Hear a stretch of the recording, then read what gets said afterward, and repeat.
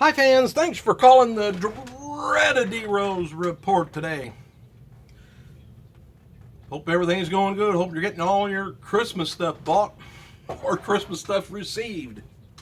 Everything you wanted. Hey, posted a couple of videos of Lana and Rusev, and there's Kevin Owens and Heath Slater asking for your votes. That's online on WWE.com for Superstar of the Year SAMI Awards. I guess SAMI's coming up quick. Lana mentioned that it's just a matter of time before Rusev wins the WWE World Heavyweight title. Of course, she's going to have to help, I'm sure.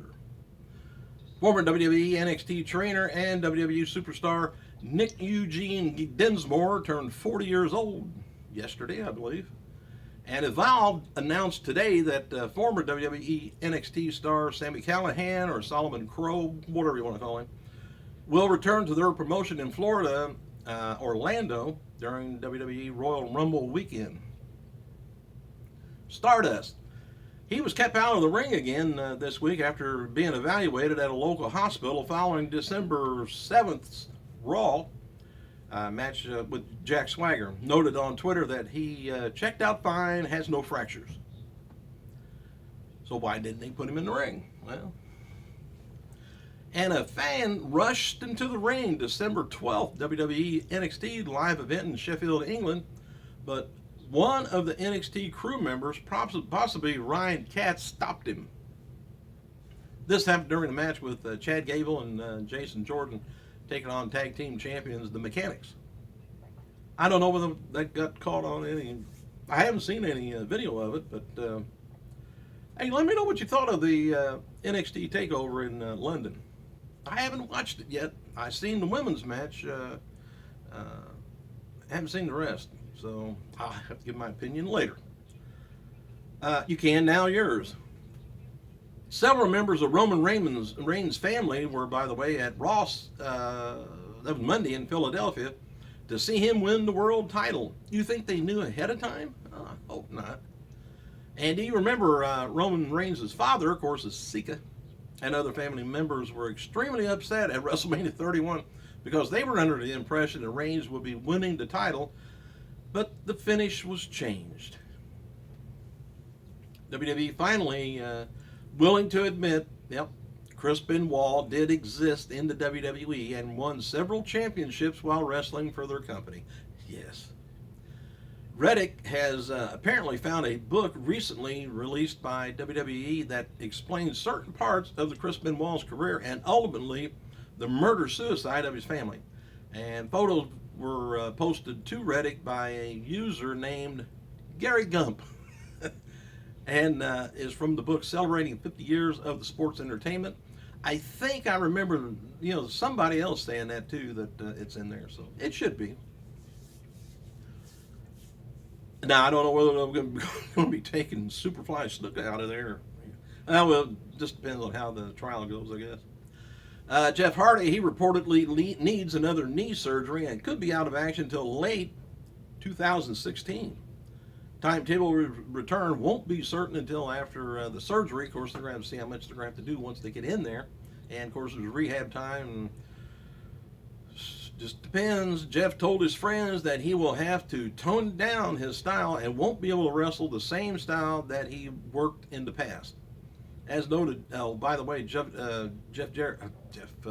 Hardy's deal with TNA, as well as Matt Hardy's deal, expires in about 10 or 12 weeks. So we'll see if he gets, if they re-up him or not.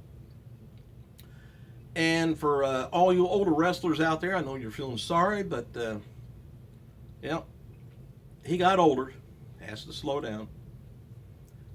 Jim Ross noted on Twitter that he was in Charlotte, North Carolina earlier this week to be interviewed by ESPN 30/30 special that's going to be on Ric Flair. Ross mentioned that it will air in 2016. Of course, it's only just a couple of weeks away. And noted that producers are still filming backstage at, were recently seen filming backstage at WWE Royal Rumble. Survivor Series, my fault.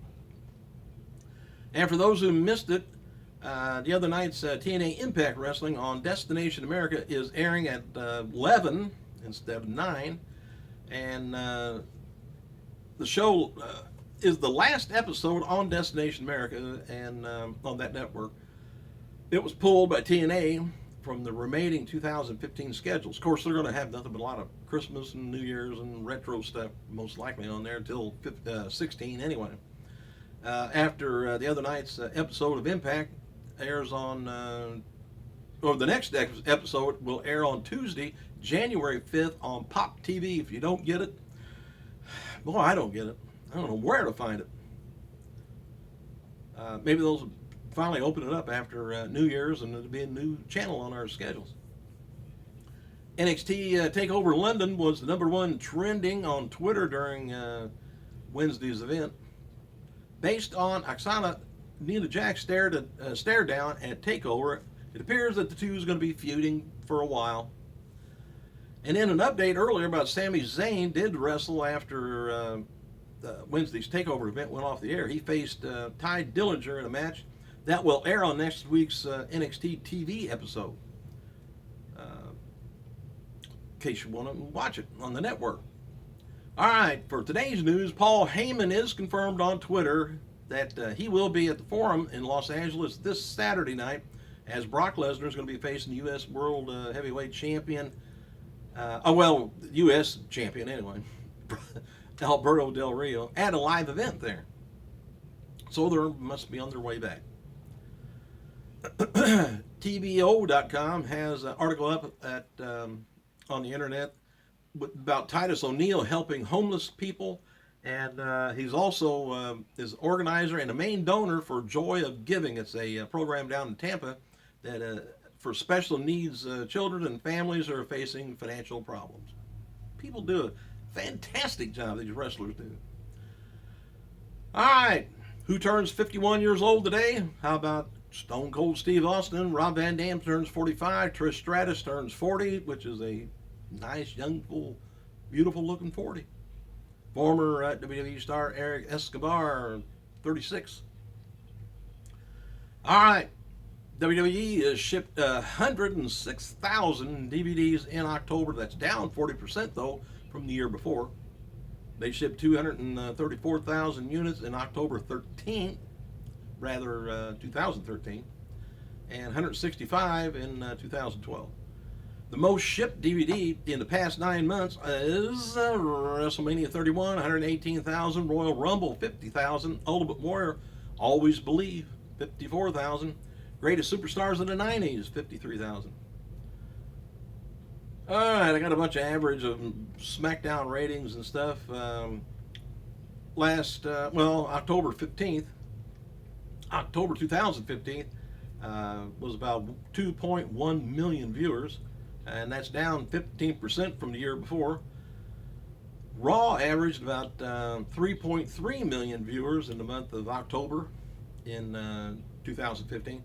That's down 13% in ratings from the year before. Not good. All right, maybe they're going to have to stop being advertised and have one of their advertisers like Toys R Us. We're going to get a little more edgier, and maybe Victoria's Secret to sponsor WWE. Wouldn't that be nice? Get the ratings back up again. All right, WWE's NXT is going to be running in Milwaukee, January 14th, January 15th, Green Bay, and January 16th in Chicago. The brand's also running 2 shows on the same nights, so they're on the 14th in Winter Haven, Florida, and the 15th, Cocoa Beach, Florida. They're running 2 crews in late January, so they must have a lot of talent down there. It's getting split up between 2 crews going. All right, here's some figures that they did. Not bad over in the UK on their overseas trip. Was December 10th, Newcastle was about 3,300. The next day, Glasgow, Scotland, 4,500. Sheffield, England, 2,500. Blackpool, England, sellout of 2,000. December 14th, Nottingham, England, 25,000. Cardiff, Wales drew out a sellout of 3,200. And December 16th, London Takeover drew a sellout of above 7,000 fans, but it was announced it was 10,079 people. So take it for what it's worth. If you want to believe them, go ahead. We're gullible. We'll do it. 10,000 people. Hell yes. Thanks for clicking, you guys. I gotta go.